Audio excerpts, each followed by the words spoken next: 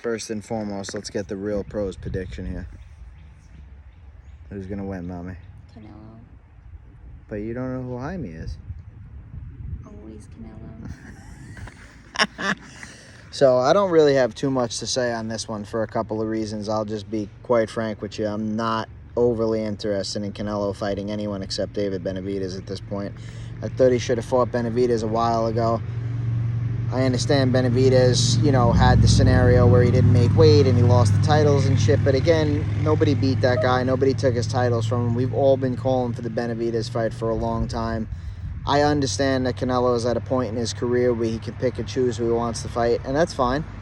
But I think to act like you're not avoiding David Benavidez is like what's annoying me. Like if you just don't want to fight David Benavidez for whatever reason, like if you say, listen, I'm 35 years old and, I'm going to fight who I want to fight in my career, then that's fine. But if you're going to keep campaigning to be the, I'm the number one pound-for-pound fighter and I'll fight anybody and I can beat anybody, I mean, the number one guy for you to fight, and it's going on like 3 years now, is David Benavidez. So, again, I'm kind of at that point where it's like if you're not fighting Benavidez, it's going to have an asterisk next to it, in my opinion anyway. But I don't want to take anything away from Jaime because Jaime is definitely a solid fighter. Here's the problem, in my opinion, with this matchup for Jaime. Now, Munguia's beat some decent names. He's beat some pretty good guys. Gabe Rosado, Derevyanchenko. Who else does he have on his resume? So he's got some decent wins. Don't get me wrong. And I'm not saying that he's hyped up or he's not good. But this is the same type of shit that we just saw last year with Demetrius Andrade, where, like, you got this guy who has this perfect record, and people are talking about them because it's obvious that the guy is good, but at the same time, they haven't had the best resume or the best opposition. And instead of getting, maybe a Charlo or maybe,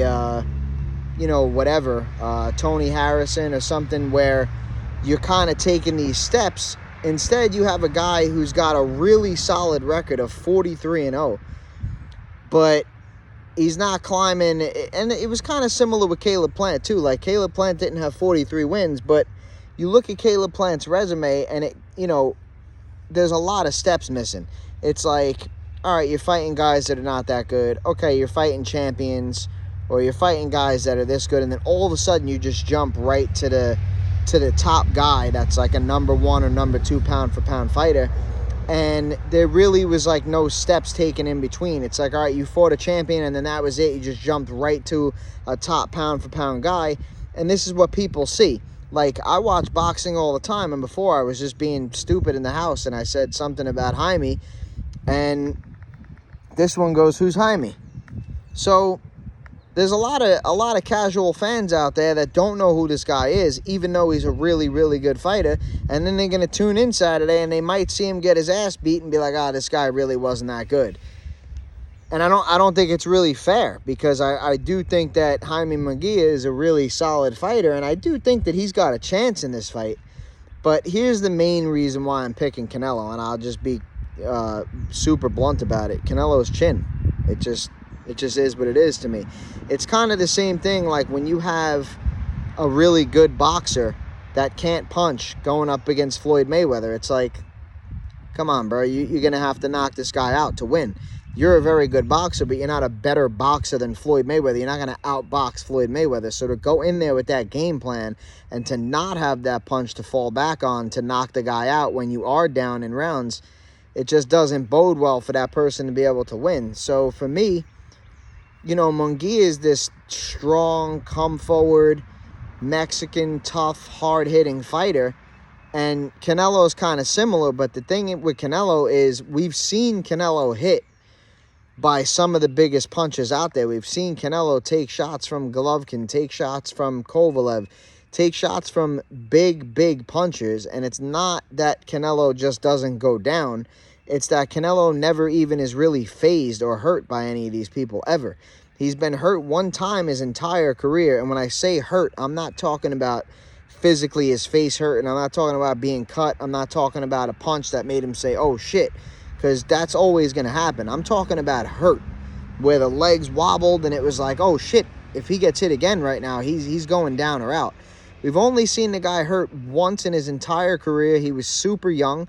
He was at like 147 or 154 pounds when it happened.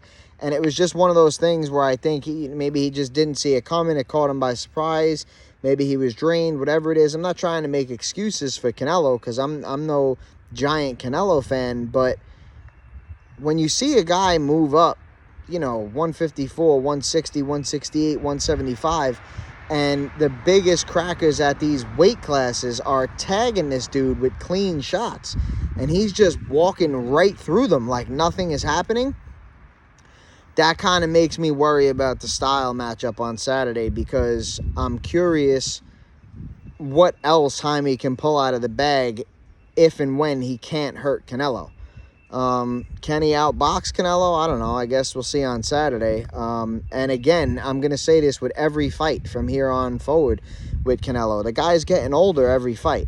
So we're getting to that point where at any period, any time a fight shows up, we could probably have one with Canelo on Cinco de Mayo weekend coming up this weekend, and then we'll probably have another Canelo one in September if everything goes okay, because that's kind of, the schedule that he's been going on the past couple of years. So again, in September, I'm going to say the same thing. There's probably going to come a fight one day where somebody just goes out there and fucks him up, and we realize, like, all right, Canelo's old now. You know what I'm saying? It's not the same Canelo from 10 years ago, or even 5 years ago for that matter. So I haven't watched anything on this fight yet. I'm not overly informed on Munguia. I've seen him fight maybe 5 times or so like that. I do think he's a very solid fighter. I'm just not sure that you want to try to outbox a Floyd Mayweather, or you want to try to out-tough a Canelo. I just don't know that that's really going to work out. But I guess we'll see on Saturday. And if Canelo did get old overnight, then it could be a problem for him, because Jaime's a good fighter and he's a tough dude. So I guess we'll see on Saturday. But I'm going to go with Canelo by decision in this one, because I don't know if I see Canelo stopping this dude. I'm not saying it's not possible, but I'm going to go with Canelo by decision on this one. Peace.